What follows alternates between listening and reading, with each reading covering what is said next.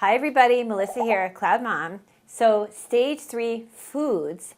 This is when your baby is going to be able to move on to chunkier purees, which have little bits and pieces of food and are thicker in texture, and finger foods. Now stage 3 is usually going to happen at around 8 to 9 months of age. If your baby started with solids at 6 months, stage 3 might come a bit later at around 10 to 11 months of age. Now, these are things you can buy, and they're very convenient if you're going to be out and about. You can also start to really make your own food, and as intimidating as this might sound, you might find that this is a really easy and cost-effective way to feed your entire family. Okay, so let's talk a little bit about finger foods.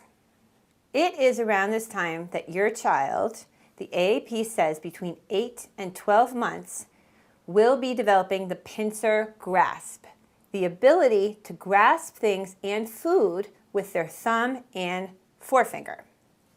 So it's at this point when your baby has developed the pincer grasp that these finger foods are going to be a really interesting and fun part of your baby's development, because you're going to be able to have your baby in her high chair to introduce a few of these foods and to see her grasp and begin to actually pick these up and get her to her own mouth. So it's a big step towards independence. And what a lot of people start with is Cheerios. That's like the famous classic one.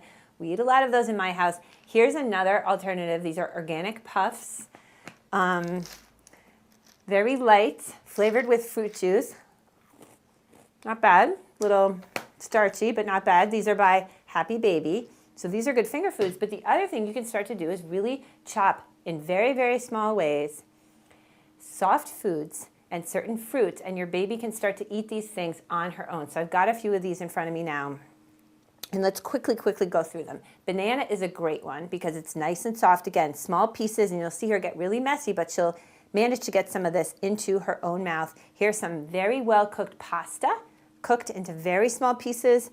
Avocado, I am a big fan. I think this is so healthy and good to get your children over that green phobia.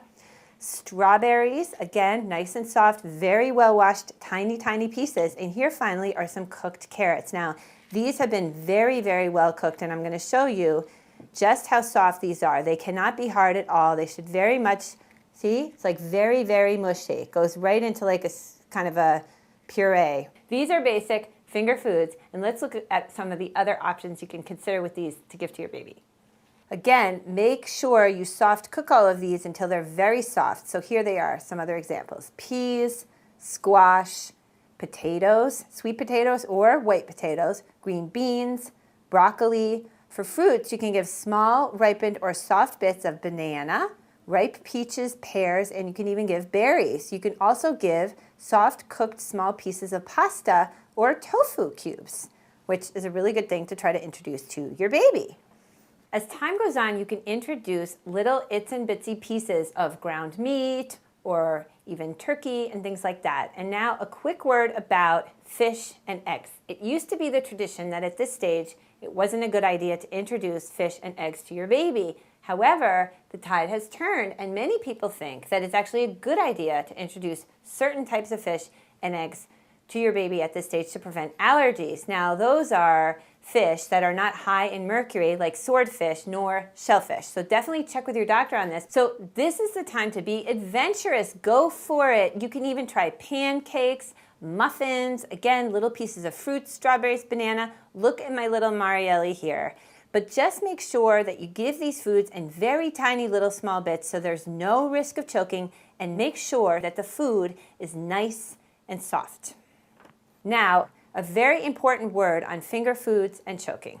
The AAP has identified 10 choking hazard foods which are high risk. Hot dogs, nuts and seeds, chunks of meat or chunks of cheese. Those are ones that are not very, very small and easy for the baby to swallow. Whole grapes, hard candy, popcorn, peanut butter, raw vegetables, and chewing gum. One last word for you guys about liquids. My doctor told me not to give fruit juice, not to get my baby in the habit of drinking fruit juice, but he did say that after 6 months, it's a good idea, especially on a hot day, to give my baby little sips of water, just to get my baby into the habit of drinking water, which is healthy, as we all know, for your whole life, and to keep the baby hydrated. Okay, one tiny little last word on stage 3 foods and finger foods. Once you've put these foods out in front of your baby, sit down with your baby for the whole time and never leave your baby alone, not for a split second, not to go to the bathroom, not to get the door, nothing. You just don't want to run the risk that your baby eats one of these little finger foods and that a piece of food gets lodged in her throat. So never leave her alone. Go over this all with your doctor, and best of luck introducing your baby to these stage 3 foods.